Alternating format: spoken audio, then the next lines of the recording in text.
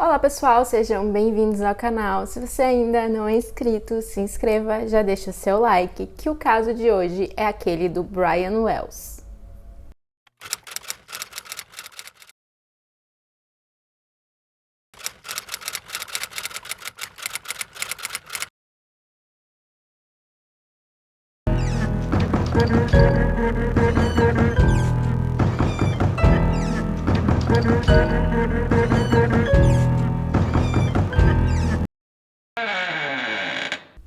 No dia 28 de agosto de 2003, na cidade de Erie, na Pensilvânia, nos Estados Unidos, a polícia recebe uma ligação de uma pessoa dizendo que tinha ocorrido um assalto a um banco. Então a polícia se dirige até esse local. Em 2003, a cidade de Erie tinha uma população de um pouco mais de 103 mil habitantes e ela é conhecida pelo lago que leva o nome da cidade e do condado e pelo seu porto. Então a polícia chega até o local acreditando que eles iriam encontrar ali o criminoso que cometeu o assalto em fuga e possivelmente eles teriam que começar uma perseguição a esse criminoso, porém não foi isso que aconteceu. O assaltante ele estava ali praticamente no estacionamento do banco. O assaltante mais tarde foi identificado como Brian Wells e ele estava ali no estacionamento que fazia basicamente uma divisão entre o McDonald's e o banco. Então eles detêm o Brian e quase que de imediato ele informa a polícia que ele estava com uma bomba. E essa bomba ela estava presa a uma espécie de colar que estava preso ao pescoço do Brian. Então a polícia ela pega uma tesoura e corta as laterais da camiseta que o Brian estava usando e eles verificam que era verdade, de fato tinha uma bomba amarrada ao corpo dele. Porém, de início eles acreditam que aquela bomba era falsa, mas de qualquer forma eles algemam o Brian, colocam ele sentado e se afastam. E segundo as estatísticas, apenas uma pequena parte dos assaltos a banco é feito utilizando uma bomba. E dessa pequena parte, uma porção ainda menor é feita utilizando um explosivo verdadeiro. E o Brian é mantido assim, algemado e sentado, sob a mira das armas dos policiais, enquanto eles aguardam a chegada do esquadrão antibombas. E quando questionado, o Brian ele falou para a polícia que 2 homens negros tinham colocado o colar à força no seu pescoço e o obrigado a cometer o assalto. O Brian ele teria entrado no início da tarde na agência bancária e aguardado tranquilamente a sua vez para ser atendido. Então, quando foi atendido, ele entregou um bilhete para a funcionária, que entregou uma quantia de dinheiro a ele, e apesar de não ser a quantia que o bilhete solicitava, o Brian ele pegou aquela quantia e saiu da agência. A bomba ela estava por baixo da camiseta que o Brian usava, mas dava para perceber que tinha algo de estranho e ele carregava uma bengala, que na verdade era uma arma e podia ter sido disparada. Então, quando ele saiu do banco, um cliente que estava ali percebeu aquela movimentação, ele ligou para a polícia e informou sobre o assalto. E é dito que o Brian ele não parecia agitado, mesmo os policiais que fizeram a detenção dele, eles disseram que o Brian parecia bastante calmo. Inclusive, nas imagens das câmeras de segurança do banco, dá pra ver que o Brian, além de ter esperado a sua vez para ser atendido, ele também pega ali um dos doces que estavam disponíveis para os clientes e ele come aquele doce bem tranquilamente. Então, ele não estava agindo da forma que a gente imagina que uma pessoa que tem uma bomba presa ao seu corpo agiria. E o esquadrão antibombas, ele demora um pouco para chegar, pois ele vinha de outro local. E a polícia, ela também tinha isolado aquela área em torno do estacionamento, o que fez com que eles tivessem que fazer alguns desvios ali no trânsito, e isso provavelmente também dificultou a chegada do esquadrão. Fato é que a bomba ela começou a apitar como se ela fosse explodir, e é dito que somente nesse momento o Brian ele demonstrou ficar agitado e ficar nervoso. E ele perguntava por que ninguém estava tentando tirar a bomba do pescoço dele. E a essa altura já tinham várias pessoas da imprensa no local, e alguns, inclusive, estavam fazendo transmissões ao vivo sobre a captura do assaltante que tinha acabado de roubar o banco. Bom, então a bomba ela tinha começado a apitar, e nesse momento, tanto os policiais quanto as outras pessoas que estavam ali no local, elas conseguiram perceber o desespero nos olhos do Brian. Até que a bomba, que de início eles acreditavam ser falsa, de fato explode, tirando a vida do Brian. E esse momento ele foi transmitido ao vivo por algumas emissoras de TV que estavam noticiando o assalto a banco. E o Brian, ele continuou ali jogado ao chão por alguns minutos, até que o esquadrão finalmente chegou ao local, já que os policiais eles não podiam se aproximar do Brian, porque eles não sabiam, por exemplo, se poderia ocorrer uma segunda explosão. E claro que essa tragédia se tornou notícia por todo o país. E a maior dúvida era se o Brian ele tinha agido sozinho ou se de fato existiam dois homens que tinham obrigado ele a fazer isso. E de início, a polícia ela não tinha acreditado muito na versão do Brian de que haviam esses outros dois homens, porque o Brian ele não conseguiu dar muitas características, muitos detalhes sobre como eram esses homens. E também porque ele parecia muito tranquilo para alguém que tinha sido obrigado a cometer um assalto ao banco, tendo uma bomba presa ao seu corpo. E no carro dele, além daquela arma que tinha o formato de bengala, eles também encontraram algumas anotações que pareciam ali uma espécie de orientações para o Brian. Eram algumas páginas e era um pouco confuso, tinham muitas informações, assim como o bilhete que foi entregue na agência bancária quando ele foi cometer o assalto. O bilhete não era um bilhete comum, geralmente os assaltantes a banco eles entregam um bilhete bem breve, bem simples, e que diz ali a quantia que eles querem, mas não era o caso desse bilhete, era um bilhete bem extenso. E nessas anotações eles perceberam que existia ali uma espécie de caça ao tesouro, e dava a entender que o Brian estava seguindo aquelas orientações. Então ele era levado até um local que estava marcado ali nas orientações, e lá ele encontrava um outro bilhete com orientações para ele ir para outro lugar. E assim ele ia indo, deveria ir, até ele chegar a um local que ia dizer como ele ia desativar a bomba. E a polícia ela fez todo esse trajeto das orientações no mesmo dia da semana, no mesmo horário, com as mesmas condições climáticas e de trânsito, e eles chegaram à conclusão de que não tinha tempo suficiente para o Brian fazer todo aquele trajeto antes que a bomba explodisse. Ou seja, a partir do momento que eles colocaram aquele colar no pescoço do Brian, estava certo que ele ia perder a vida. E é uma parte muito importante para entender o crime, entender quem era a vítima. Então, quem era o Brian Wells? O Brian, ele tinha 46 anos e ele tinha 3 irmãs. Ele trabalhava como entregador de pizzas em uma pizzaria local chamada Mamma Mia. Ele foi descrito pelas pessoas que o conheciam como um pouco tímido, quieto, e ele era um ótimo ouvinte. Ele morava em uma casa que ficava nos fundos do terreno da casa da proprietária, que alugava essa outra casa para ele. E essa proprietária disse que o Brian era uma boa pessoa, ele tinha 3 gatos, e ele sempre levava a mãe dele e uma amiga dela para ir ao cinema ou fazer alguma atividade de lazer. E ela disse que o Brian gostava muito de fazer ali um caça ao tesouros, que era publicado no jornal, e que uma vez ele chegou bem perto de conseguir o prêmio. O que, claro, também chamou a atenção da polícia, porque o Brian, ele adorava caça ao tesouro, e ao mesmo tempo aquelas orientações eram uma espécie de caça ao tesouro, então eles se questionaram se aquilo era apenas uma coincidência.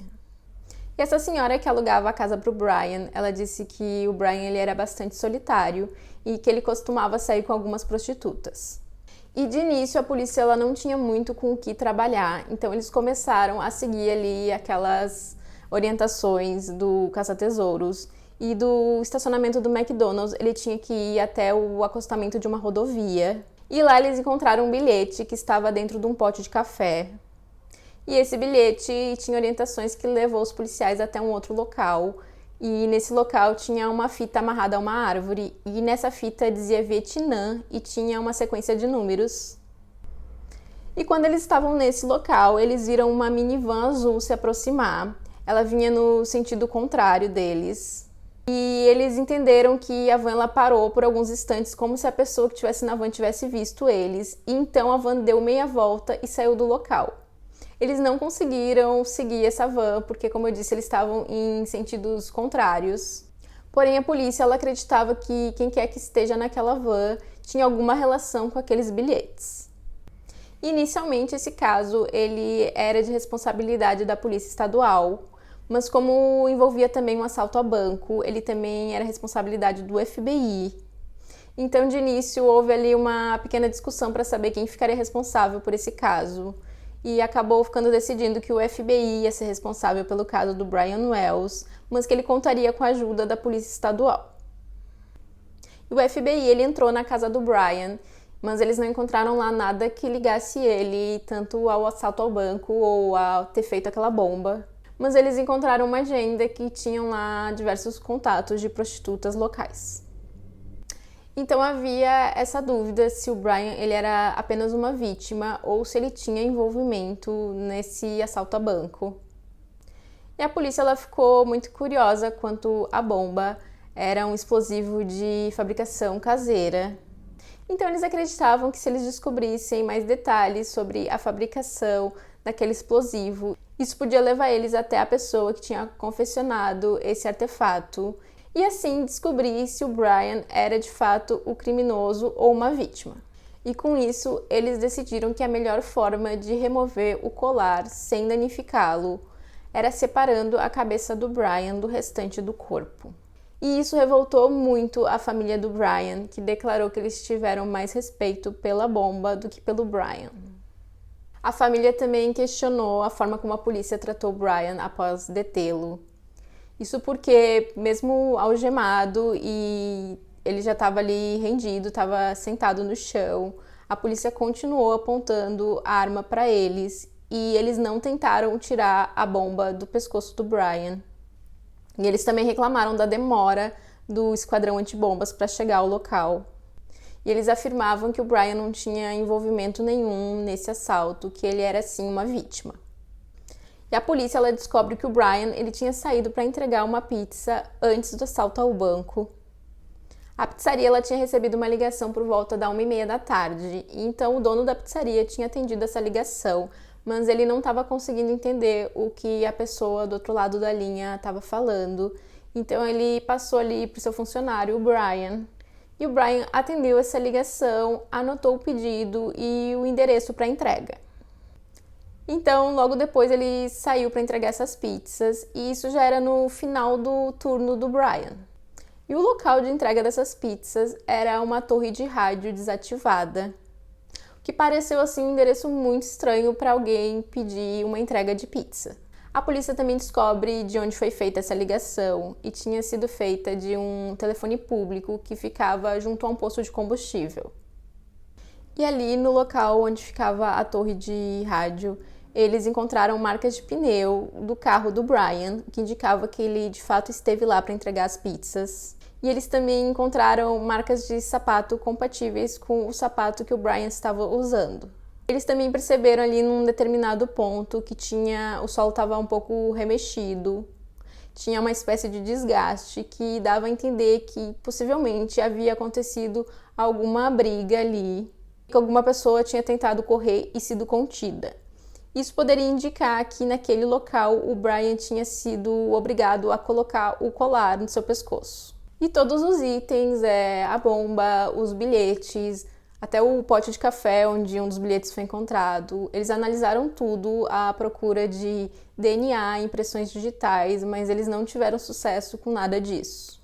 Até que no dia 31 de agosto de 2003, 3 dias após o Brian ter perdido a vida, o colega de trabalho do Brian, o entregador chamado Robert, ele é encontrado sem vida na casa dele. E o corpo ele não apresentava nenhum sinal de violência, o que fez com que a polícia acreditasse que ele podia ter perdido a vida por causas naturais, porém é feita uma autópsia. O Robert ele tinha 46 anos e ele trabalhava como entregador na mesma pizzaria que o Brian. E é dito que ele, às vezes, saía junto com o Brian para ir ao cassino. Foi descoberto que o Robert ele utilizava substâncias ilícitas e foi concluído que ele perdeu a vida por conta de uma overdose. E o Robert ele teria passado a agir de uma forma estranha após o que ocorreu com o Brian. E a polícia chegou a conversar com ele na pizzaria e tinha ficado combinado que ele ia na segunda-feira até a delegacia para dar um depoimento. Porém, isso não aconteceu porque ele teve essa overdose no domingo à noite. E com isso começou a questionar-se se o Robert ele tinha algum envolvimento no assalto ou se aquilo foi apenas uma triste coincidência. E a polícia ela chega a um suspeito e eles investigam esse suspeito. Ele era um homem que namorava com uma das prostitutas que estavam listadas lá na agenda do Brian. E ele tinha experiência militar com explosivos e ele também era afro-americano. lembrando que o Brian tinha dito que 2 homens negros tinham colocado o colar à força nele. Entretanto, eles não encontram nada que ligasse esse homem ao caso, então ele é descartado como suspeito. Eles resolvem, então, divulgar fotos da bomba, do colar e daquela arma em forma de bengala para ver se alguém conseguia reconhecer aqueles materiais que tinham sido utilizados na fabricação e que de alguma forma conseguisse levar eles até a pessoa que confeccionou essas peças. E o FBI criou um possível perfil da pessoa que teria criado essas armas. E era alguém que trabalhava ou tinha habilidade para trabalhar com madeira e metal, que eram os materiais utilizados. Uma pessoa paciente, enganosa e reservada. E os especialistas acreditavam que tinha levado no mínimo 1 mês para fazer aquele colar. E nesse colar bomba haviam alguns itens que foram considerados itens de distração, que eram alguns itens que possivelmente tinham sido colocados ali para poder dificultar o trabalho do esquadrão antibombas, para que eles não conseguissem desativar a bomba a tempo. Como, por exemplo, tinham ali alguns fios que não tinham nenhuma utilidade e também tinha uma carcaça de um celular que também não servia para nada ali naquela bomba. E eles tentaram chegar ali à origem daqueles materiais, saber onde aquilo havia sido comprado, quais ferramentas tinham sido utilizadas para cortar as peças de metal e as peças de madeira, mas novamente eles não tiveram sucesso. E tinham também ali junto à bomba algumas orientações escritas à mão. E novamente era um texto bastante extenso e fora do comum. E a polícia, junto com o FBI, eles tentam chegar até o criminoso através da caligrafia dos bilhetes. E para isso eles divulgaram fotos de alguns trechos ali dos bilhetes para ver se alguém reconhecia aquela caligrafia. Mas mais uma vez eles não conseguiram um resultado positivo. Eles passaram a acreditar que na verdade aqueles bilhetes tinham sido escritos numa máquina de escrever por conta do início dos parágrafos das margens que tinham nos bilhetes. Então eles achavam que alguém tinha escrito aquilo na máquina de escrever e depois tinha colocado um papel por cima e copiado à mão. E claro que a essa altura os investigadores eles acreditavam que o Brian não tinha como ter agido sozinho. Para eles existiam 2 opções: ou o Brian era uma vítima que tinha sido obrigado a cometer aquele assalto, ou ele era uma vítima e ao mesmo tempo um cúmplice. Ou seja, ele sabia do assalto, ele ia participar do assalto, mas ele não sabia que ele ia perder a vida, ou ao menos não sabia que aquela bomba era verdadeira. E como já deu para perceber, os investigadores eles não tinham muitas evidências forenses nesse caso, então eles imaginavam que eles iam precisar que alguém aparecesse com uma informação que ajudasse eles a chegar até o criminoso. Então eles tinham esperança de que alguém que soubesse de algo relacionado a esse crime ia falar com a polícia. E foi mais ou menos isso que aconteceu. 3 semanas após o ocorrido com o Brian, um homem ele liga para a polícia e diz que tem um corpo em um congelador numa garagem de uma residência. Esse homem se chama Bill e ele morava nessa residência. E ele diz que no momento lá na casa tinha uma mulher que talvez a polícia quisesse interrogar. A polícia vai até o local, eles encontram esse corpo no congelador que estava na garagem, como o Bill havia relatado. E lá na casa está uma mulher, da mesma forma que o Bill tinha dito, e essa mulher chamava Marjorie e a polícia detém ela. O corpo ele é levado ainda dentro do freezer até o necrotério e lá ele é descongelado. E levou 4 dias para que esse processo fosse completo. E só então eles conseguiram fazer os exames necessários. E o Bill informou à polícia que aquele homem no congelador, aquele corpo, pertencia a James. E com os exames ficou concluído que o James tinha perdido a vida por um tiro de espingarda. E a polícia ela chama o Bill para depor, então o Bill vai até a delegacia dar o seu depoimento. E ele diz que a Marjorie tinha procurado ele e dito que precisava da ajuda dele. E que ela teria dito que ela tinha tirado a vida do seu namorado, que era o James. E que ela precisava de ajuda para se livrar do corpo. O James e a Marjorie, eles estavam juntos há um pouco mais de 10 anos. E o Bill, que era ex-namorado da Marjorie e amigo, ele esconde então o corpo do James no congelador. Entretanto, ele acaba resolvendo entregar a Marjorie para a polícia e então ele faz aquela ligação. Já a Marjorie, ela alega que quando ela chegou em casa o James já estava sem vida e que ela acreditava que o Bill tinha tirado a vida do seu namorado. E ela relata mais coisas, ela diz que o Bill ele queria cortar o corpo do James para poder se livrar do corpo, que inclusive ele tinha procurado um moedor de carne para comprar. E ela vai mais além e diz para a polícia que ela acreditava que o Bill tinha feito aquilo para se vingar dela. Isso porque ela tinha ameaçado contar para a polícia sobre o envolvimento do Bill no caso do Brian Wells. E é claro que isso chamou a atenção do FBI, que também quis interrogar o Bill. E logo de início a polícia ela ficou um pouco em dúvida ali se fazia sentido o FBI interrogar o Bill, pois ele tinha sido detido pela ocultação do cadáver do James e não pelo caso do Brian. Mas o FBI alegou que os dois casos eles podiam ter ligação. Isso não somente pelo depoimento da Marjorie, onde ela dizia que o Bill tinha envolvimento nesse caso do Brian, mas também porque a casa do Bill, que era o local onde estava o freezer com o corpo do James, ele ficava na mesma rua que a torre de rádio onde o Brian tinha ido entregar as pizzas. A casa do Bill ela ficava bem no início da rua, ali na esquina, e mais adiante no final dessa rua tinha essa torre de rádio. E Erie não era exatamente uma cidade livre de violência, mas não era comum que esse local tivesse assim crimes desse nível e principalmente 2 crimes assim que ocorreram num espaço curto de tempo e que tinham essa mesma rua como ligação. Com isso, então, eles concordam em o FBI ir interrogar o Bill e assim é feito. Mas quem era o Bill? O Bill ele tinha 59 anos e a sua família tinha boas condições financeiras. Eles possuíam uma fábrica de garrafas, mas apesar disso, ele teve uma infância um pouco difícil, pois ele não tinha muitos amigos e era conhecido por ser um menino estranho. E na escola, ele chegou a sofrer algumas agressões físicas de outras crianças. Ele chegou a entrar na faculdade, mas ele acabou desistindo e indo trabalhar no negócio da família. Já adulto, ele teve alguns amigos e um dos seus melhores amigos era chamado Ray. O Ray disse que o Bill foi padrinho de casamento dele e que o Bill era um homem gentil, generoso, atencioso, que ele era o amigo perfeito. Ele também descreveu Bill como um homem extremamente inteligente, mas que nunca terminava as coisas que ele começava a fazer. Todos os cursos que ele fazia, todas as atividades, ele nunca chegava ao fim. Quando elas estavam próximas de terminar, o Bill ele parava aquilo e começava a fazer outra coisa. Quase como se ele se sabotasse, acreditando que ele não merecia ter sucesso.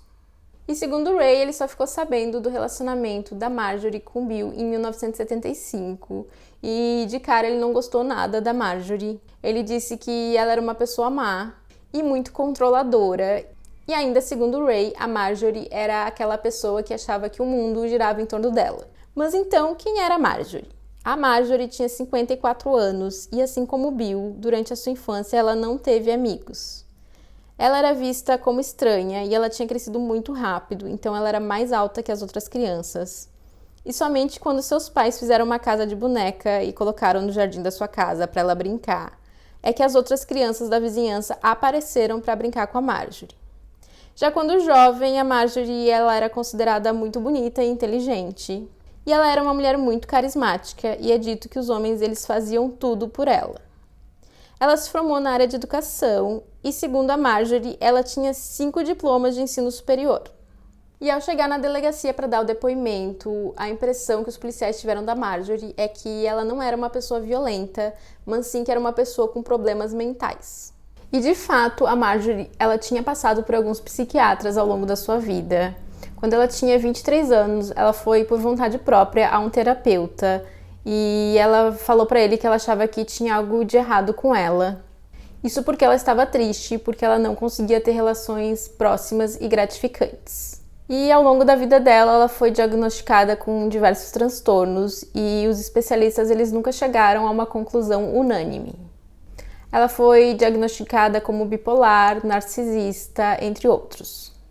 E a Marjorie, ela nunca conseguia parar em um emprego, então seus pais tentando ajudá-la, eles davam dinheiro para ela, eles deram um carro. e ela chegou a comprar alguns terrenos com esse dinheiro. Porém, é dito que ela nunca cuidava de nada e, com o tempo, ela também passou a descuidar da sua aparência. E um dia, em uma sessão de terapia, ela teria desabafado com o terapeuta, dizendo que ela costumava ser a mulher mais bonita da cidade. E a Marjorie, ela teve diversos relacionamentos amorosos, porém nenhum deles durou muito tempo.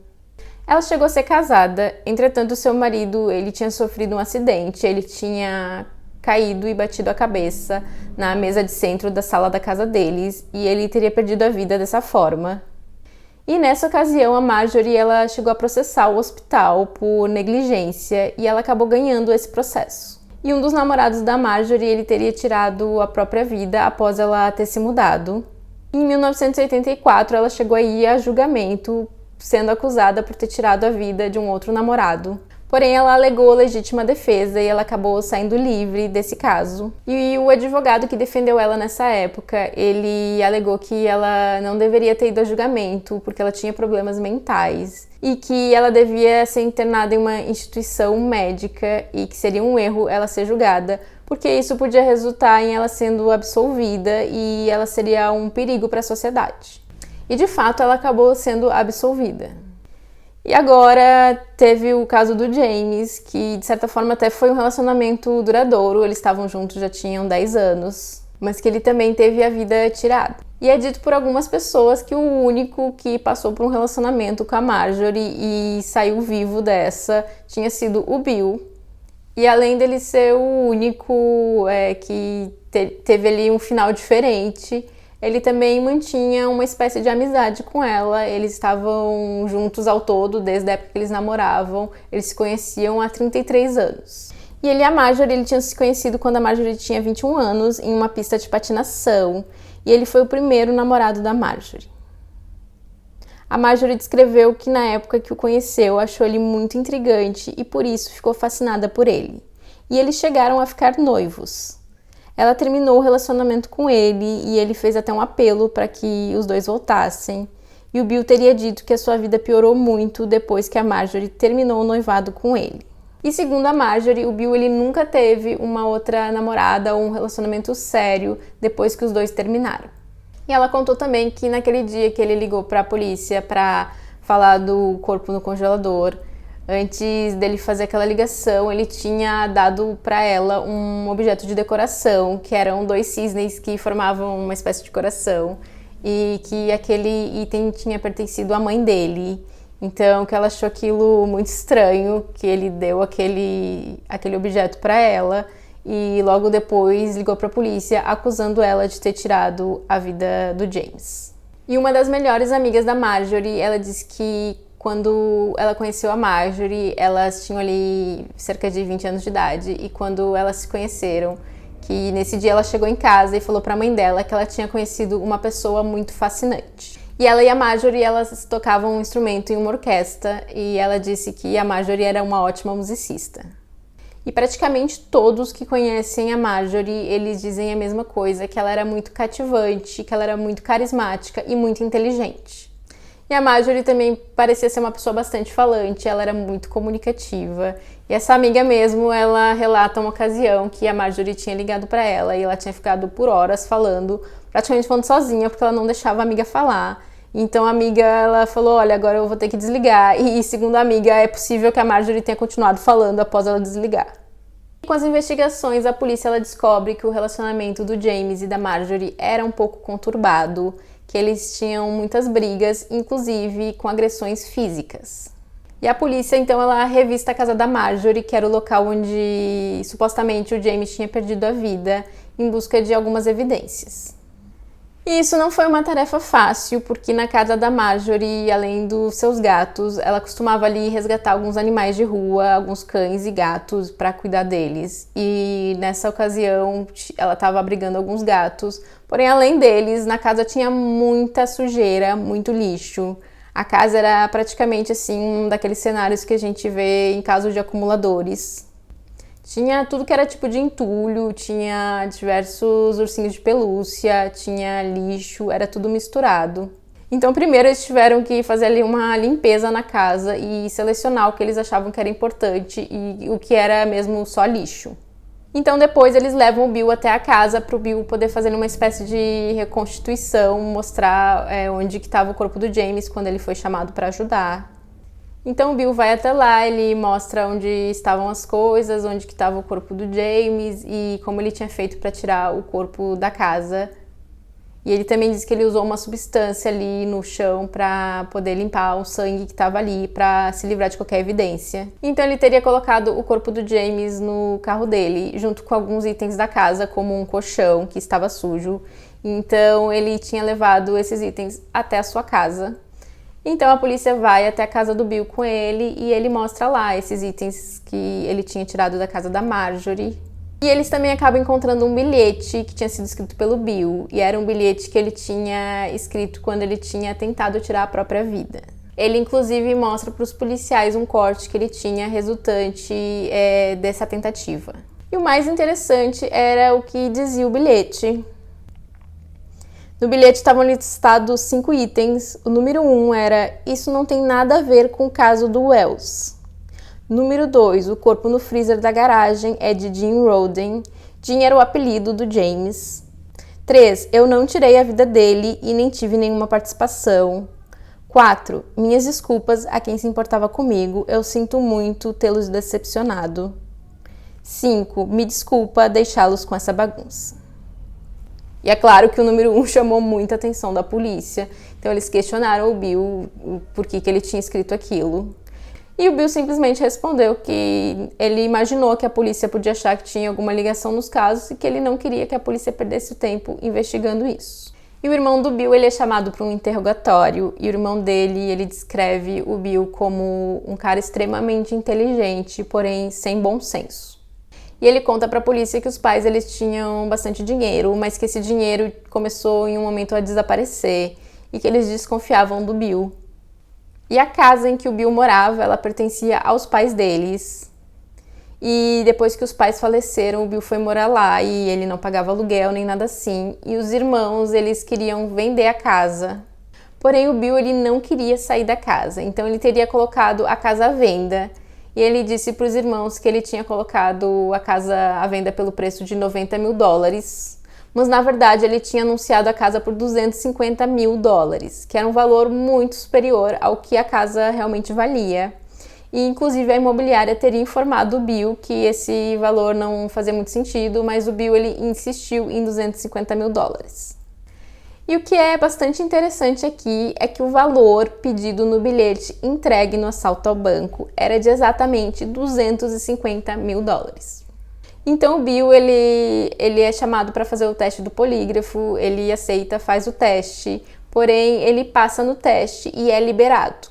Já no caso do James, como o Bill tinha colaborado com a polícia, ele ia ser acusado de abuso de cadáver por ter escondido o corpo no congelador. Porém, ele pagou uma fiança e ele ia poder esperar o julgamento em liberdade. Já a Marjorie, ela foi considerada suspeita por ter tirado a vida do James, então ela foi mantida presa até o seu julgamento. A Marjorie diz à polícia que o Bill ele tinha um colega de casa e que esse colega de casa tinha se mudado logo após o ocorrido com Brian Wells. E segundo ela, o Bill teria dito que ele teve que se mudar por conta do alvoroço do ocorrido. E o colega de casa era Jay Floyd e ele era amigo do Bill há muitos anos. E ele estava morando na casa do Bill porque ele era um fugitivo da justiça. Ele tinha uma acusação por ter abusado de uma criança com deficiência. E a polícia ela acaba encontrando o Jay e ele faz o teste do polígrafo e ele passa, então ele também é liberado no caso do Brian. E um homem que se chamava Trey, ele estava fazendo um documentário sobre esse caso do Brian Wells, então ele vai até a casa do Bill na tentativa de conversar com ele. Porém o Bill ele se recusa a falar. E não muito tempo depois, em julho de 2004, o Bill ele perde a vida por conta de um câncer. E o FBI, quando ficou sabendo que o Bill ele estava internado no hospital, eles chegaram aí até lá para conversar com o Bill. E eles questionaram se o Bill ele tinha algum envolvimento no caso do Brian, que se ele soubesse de alguma coisa não era para ele levar aquilo com ele. Porém, o Bill teria respondido apenas não. E apesar das pessoas próximas do Bill desconhecerem o fato de que ele estava sofrendo com um câncer, Os investigadores eles acreditam que o Bill ele sabia que ele tinha pouco tempo de vida. E algumas detentas que tinham dividido cela com a Marjorie, elas relatam para a polícia que a Marjorie teria confessado que ela que tinha tirado a vida do James. E de fato a Marjorie ela acaba se declarando culpada no caso do James, mas alega que ela tem doenças mentais. E ela acaba sendo condenada a cumprir 7 anos em uma ala psiquiátrica por ter tirado a vida do seu namorado. Segundo ela, ele teria a ameaçado e ela já não estava aguentando mais, então acabou atirando nele.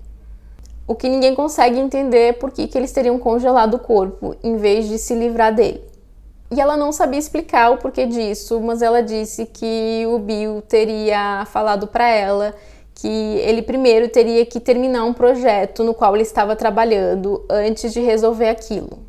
E ela disse que posteriormente chegou à conclusão de que o tal projeto que o Bill estava trabalhando, na verdade era a bomba que depois tirou a vida do Brian. Em 2005, a Polícia Estadual, que tinha trabalhado ali no caso do James, oferecem aqueles pertences que eles tinham retirado da casa da Marjorie para o FBI, que eram os responsáveis pelo caso do Brian. E lá nos pertences da Marjorie, o FBI eles encontram uma carta que dá a entender que a Marjorie ela tinha ali um problema com um banco. Isso porque o pai dela teria tirado um dinheiro desse banco e esse dinheiro supostamente era de uma herança que pertencia a ela. E esse banco era exatamente o banco que o Brian Wells assaltou. E a Marjorie, ela estava querendo trocar de penitenciária, então ela meio que negocia ali com o FBI, ela diz que ela tem algumas informações que podiam ajudar no caso do Brian. E ela também começa a conversar com aquele homem que estava fazendo o documentário do caso do Brian Wells, o mesmo que tinha tentado falar com o Bill, só que sem sucesso. Então ela menciona que o Bill, ele tinha uma van, e adivinhe de que cor que era a van? Sim, azul. E que ela tinha achado muito estranho que ele tinha mandado guinchar essa van e ele só trouxe a van de volta depois que ele foi liberado como suspeito no caso do Brian. E esse homem que estava fazendo o documentário, ele percebeu que quando ele foi lá na casa do Bill tentar falar com ele tinha filmado ali a frente da casa e inclusive tinha filmado o momento que o Bill chegou em seu carro. Então ele foi tentar falar com o Bill e o Bill se recusou. Mas nessa filmagem dá pra ver que, além do carro que o Bill ele chega dirigindo, tinha uma minivan azul estacionada em frente à casa dele. E então ele mostra esse vídeo para um dos policiais que tinha visto aquela minivan azul lá no início das investigações, saindo do local onde estava um dos bilhetes. E o policial reconhece como sendo a mesma van. E o FBI, eles não sabiam que o Bill ele tinha 2 veículos, eles desconheciam que o Bill tinha essa minivan azul. Então eles perceberam que eles tinham deixado passar ali uma informação importante e com medo de ter feito isso com outras informações, eles começam a repassar todo o caso, eles revêem todos os relatórios e as evidências. Então eles também veem o vídeo que foi feito na garagem do Bill, no caso do James. E eles percebem ali no vídeo que tem um momento que aparece um papel que tinha um desenho. E esse desenho era idêntico a um desenho que tinha sido feito na bomba utilizada no caso do Brian Wells. Esse desenho era uma espécie de diagrama que tinha umas setas e com isso a polícia ela passa a acreditar que quem tinha construído a bomba que tirou a vida do Brian tinha sido o Bill. E em um dos bilhetes entregue ao Brian, aqueles bilhetes que tinham as orientações do caça ao tesouro, na parte de trás de um dos bilhetes tinha ali uma marcação, era tipo um vinco, como se alguém tivesse escrito numa outra folha em cima daquela e tivesse ficado marcado. Então, através daquela marcação, o melhor amigo do Bill, ele conseguiu identificar aquela letra como sendo do Bill. E o FBI também compara aquela letra da marcação com o bilhete que o Bill tinha deixado quando tentou tirar a própria vida, e as letras eram idênticas. Então o Ray, que era o melhor amigo do Bill, até então ele acreditava na inocência do Bill, e a partir desse momento ele muda a sua opinião. E ele conhecia o Bill há mais de 30 anos e ele disse que naquele momento ele percebeu que ele não conhecia seu melhor amigo como ele acreditava conhecer. E no verão de 2005 surgem algumas informações novas no caso do Brian. Uma testemunha surge dizendo que no dia do assalto a banco ele viu uma pessoa dirigindo na contramão um carro dourado, que ele estava ali numa rodovia próxima ao banco. Ele teria visto essa pessoa que estava conduzindo o carro e era uma mulher que ele identificou como sendo a Marjorie. E a Marjorie, ela não negou estar na rodovia, ela disse que possivelmente era ela mesmo que esse homem tinha visto, porém ela disse que os motivos dela estar na rodovia não tinham nada a ver com o caso Wells. E uma outra testemunha que surgiu foi um entregador de uma transportadora. Ele disse que próximo ali da 1h30 da tarde, ele teria visto o Bill e a Marjorie usando um telefone público que ficava junto a um posto de gasolina. E era exatamente aquele telefone da onde tinha sido feita a ligação para pedir as pizzas que foram depois supostamente foram entregues na torre de rádio. E essa testemunha lembra bem porque ele disse que chamou a atenção dele porque era um homem alto que estava usando um macacão jeans e era um dia muito quente. E de fato o Bill ele usava com frequência um macacão jeans.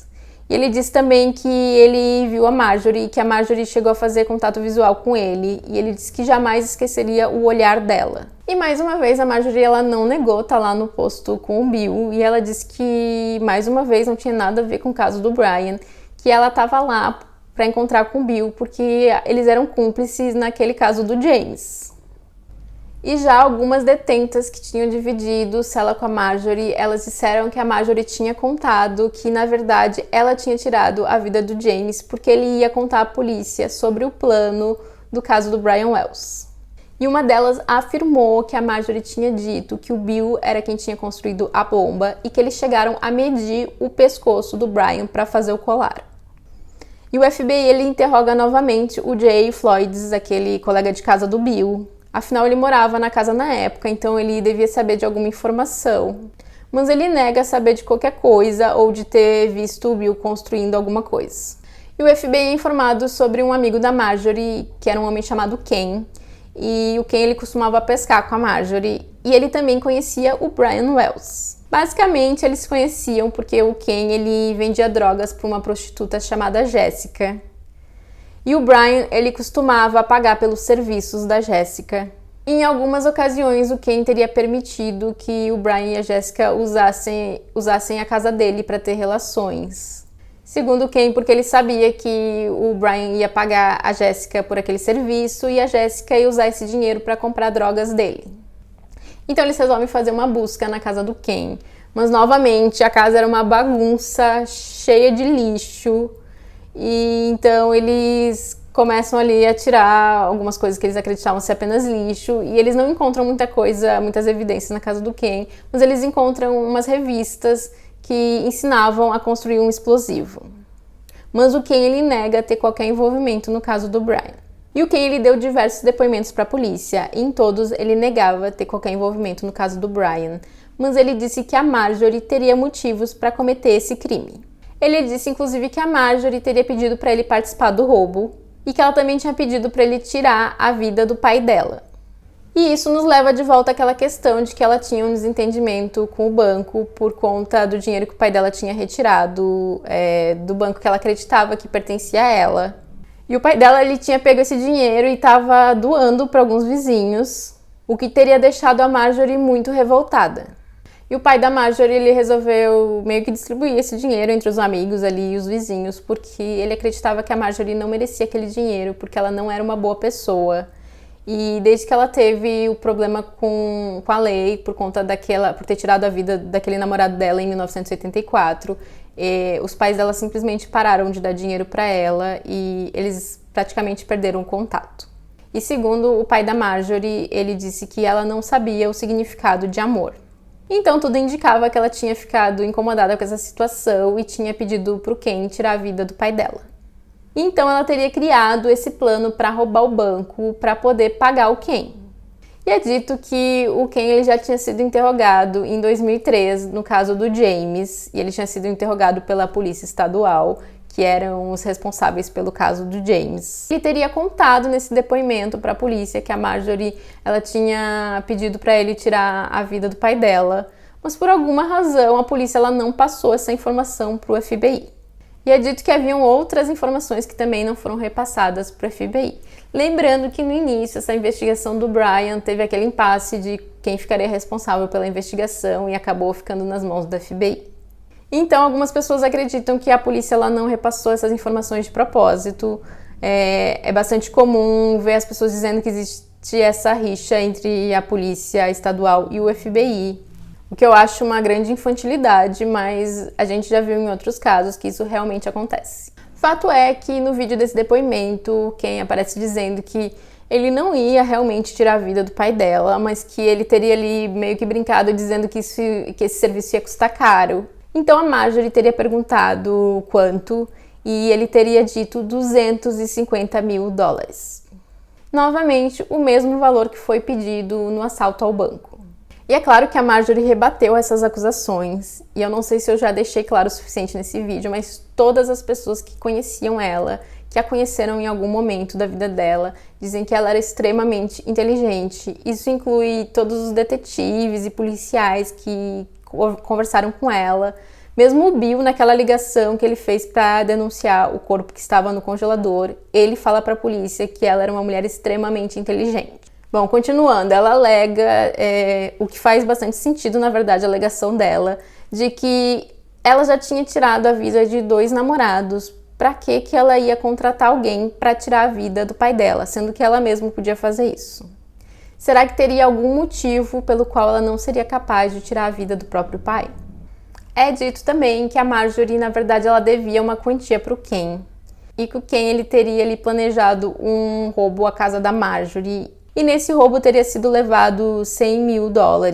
E posteriormente o Ken ele chegou a confirmar que ele era o responsável por aquele roubo, mas ele nunca foi julgado por esse caso.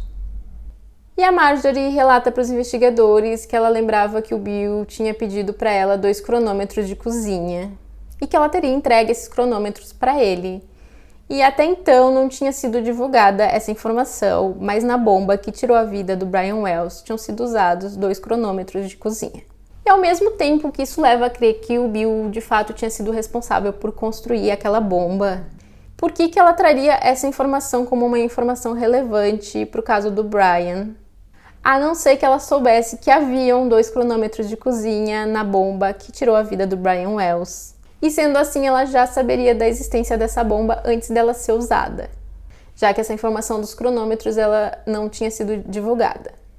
Apesar de que, novamente, ela podia ter lembrado desse fato que ela achou estranho na época dele ter pedido os 2 cronômetros para ela, e ela deduziu que ele poderia ter usado pelo menos um deles para construir a bomba.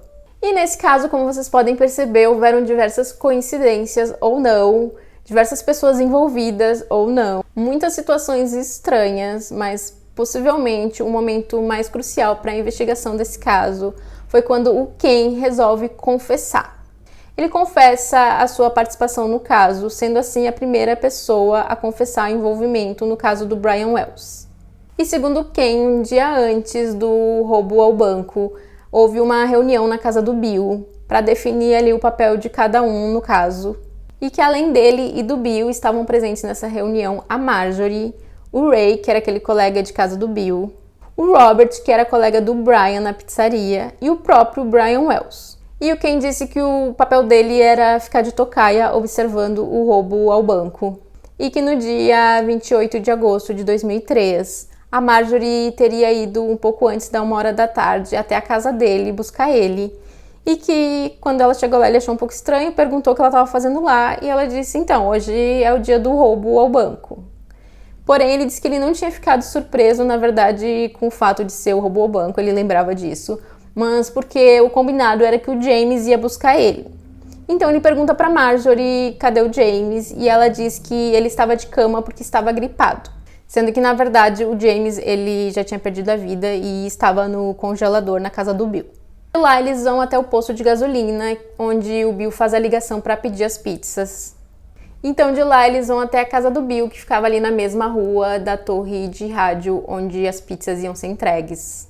Então eles vão ali até o local da torre e lá estavam ele, o Bill e a Marjorie. Eles ficam aguardando o Brian chegar, então quando o Brian finalmente chega, eles pegam as pizzas e eles começam a comer. E o Brian fica ali esperando para receber o pagamento. Então ele diz que o Jay teria aparecido trazendo o colar com a bomba. E nesse momento o Brian teria percebido que tinha algo de errado, então ele tinha tentado correr. E o Ken segura ele. Então a Marjorie e o Ray seguram também o Brian e colocam o colar nele. E ele disse que o Bill ele chegou a dar um tiro pro alto e disse que o Brian não ia a lugar nenhum. Ele também disse que na hora que eles colocam o colar ali no Brian, o Brian disse que ele não queria fazer aquilo. E ele disse que ele não tem certeza se o Brian sabia que a bomba era verdadeira ou se ele achava que a bomba era falsa. E que a Marjorie teria colocado aquela camiseta por cima da bomba ali no Brian. E que ela disse pra ele que caso ele fosse pego, era pra ele dizer que 2 homens negros tinham feito aquilo. Então eles entregam os bilhetes com as orientações e aquela arma em formato de bengala. Então de lá ele vai com a Marjorie até um estacionamento que ficava ali em frente ao McDonald's. Era basicamente assim, tinha esse estacionamento, aí atravessando a rodovia tinha o McDonald's e atrás do McDonald's ficava o banco. Eles então ficaram de lá observando o roubo ao banco e quando os policiais começaram a chegar, eles foram embora. Eles foram até a casa do Bill, onde eles trocaram de veículo e teria sido nesse momento que a Marjorie teria sido vista ali na rodovia andando na contramão. E ainda, segundo Ken, ele não sabia que a bomba era verdadeira, ele achava que era uma bomba falsa. E ele só ficou sabendo disso quando ele chegou em casa e viu a notícia na TV. Então o Jay ele também concorda em testemunhar contra a Marjorie e ele diz que o Bill teria pedido para ele construir algumas peças para a bomba, porém ele não teria conseguido fazer direito e o Bill acabou fazendo ele mesmo. E ele foi levado pelos investigadores até a torre de rádio para ele demonstrar como é que tudo teria acontecido. E ele teria ali descrito exatamente as mesmas coisas que o Ken. Porém, ele disse que depois que ele colocou o colar de bomba do Brian, ele teria saído correndo em zigue-zague, com medo que eles atirassem nele. E nenhum dos dois sabia dizer ao certo quem que era a mente por trás daquele plano bizarro. E nenhum deles também soube dizer qual que era o papel do Robert, o colega do Brian, nesse plano. Bem como eles também não sabiam dizer como que o Brian tinha sido recrutado para esse plano, mas eles afirmavam que ele estava sim envolvido. E uma testemunha também afirmou ter visto o carro do Brian um dia antes do ocorrido, em frente à casa do Bill. Nenhuma acusação foi feita contra o Brian Wells e ele foi considerado um cúmplice não declarado. E por entenderem que havia envolvimento do Brian no plano, foi descartada a pena capital para os demais envolvidos. E o irmão do Brian, ele declarou que era um absurdo eles quererem culpar a vítima, que com certeza o seu irmão ele não teria colocado o colar nele mesmo. E que não havia nenhuma prova de que ele tinha estado na casa do Bill no dia anterior e nem sequer de que ele conhecesse aquelas pessoas. E o Ken e o Jane, por colaborarem com a polícia, eles fizeram um acordo e eles não foram a julgamento pelo caso do Brian. E a Marjorie, ela foi a única a ir a julgamento por esse caso, já que o Bill, o Brian e o Robert já tinham perdido a vida. E também foi oferecido um acordo para Marjorie caso ela se considerasse culpada nesse caso, o que ela recusou porque ela disse que ela era inocente. E o FBI, ele teve esse caso como resolvido, porém eu não acho que eles realmente solucionaram o caso, parece mais que eles forçaram ali uma solução. E essa é só a minha opinião, é claro, mas eu quero muito saber a opinião de vocês, então deixe um comentário dizendo o que vocês acham que realmente aconteceu nesse caso. Mas me parece muito suspeito que os dois envolvidos, eles resolveram falar ao mesmo tempo. E os dois, eles estavam presos nessa época. O Ken, ele estava preso por tráfico de drogas. E o Jay, ele estava preso por conta de ter abusado daquela criança com deficiência. E é estranho porque eles contaram exatamente a mesma história e eles não sabiam explicar exatamente as mesmas coisas. Por exemplo, os dois não sabiam explicar o envolvimento do Robert, qual que era a participação dele nesse caso. Então, eles sabiam das mesmas informações e o que um não sabia, o outro também não sabia. E além disso, o Jay ele acabou sendo liberado pouco tempo depois que ele testemunhou contra a Marjorie. E o Ken ele teve uma redução de 23 anos da pena que ele estava cumprindo depois que ele testemunhou contra a Marjorie. E a Marjorie ela passou por alguns tratamentos psicológicos antes de ser considerada competente para poder passar pelo julgamento. Então, no dia 15 de outubro de 2010, a Marjorie ela vai a julgamento pelo caso do Brian Wells. E o Jay, ele não pôde comparecer no dia do julgamento, porque ele teve que fazer uma cirurgia no coração. Mas surgiu uma nova testemunha, e essa testemunha era a Jéssica, aquela prostituta que fazia a ligação do Ken com o Brian. E na declaração dela, ela diz que um dia ela estava lá na casa do Ken e ela ouviu uma conversa sobre um roubo ao banco. E que nessa conversa ela ouviu uma voz feminina, mas ela não sabia identificar quem que era a mulher que estava envolvida. A Marjorie ela acabou sendo considerada culpada de conspiração para cometer roubo a banco armado resultante em uma vítima fatal, e por uso de dispositivo destrutivo em prol de crime de violência.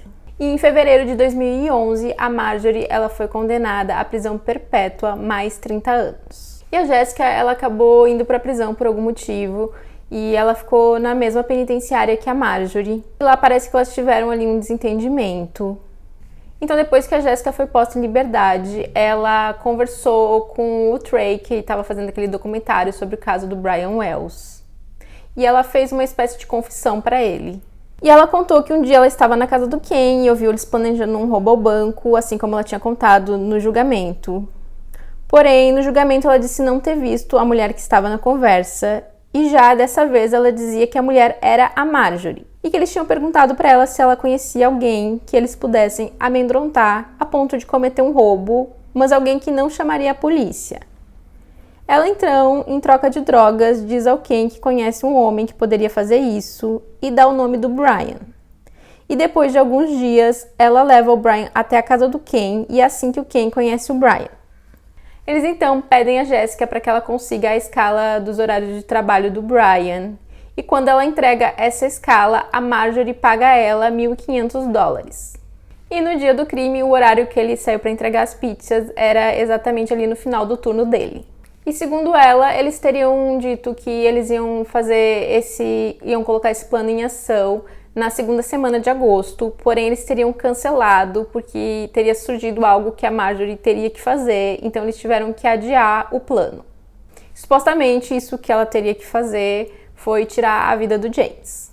Ela também disse que não acreditava que o Brian estivesse presente naquela reunião do dia anterior, porque ela tinha passado o dia com o Brian e depois ele teria ido ao trabalho.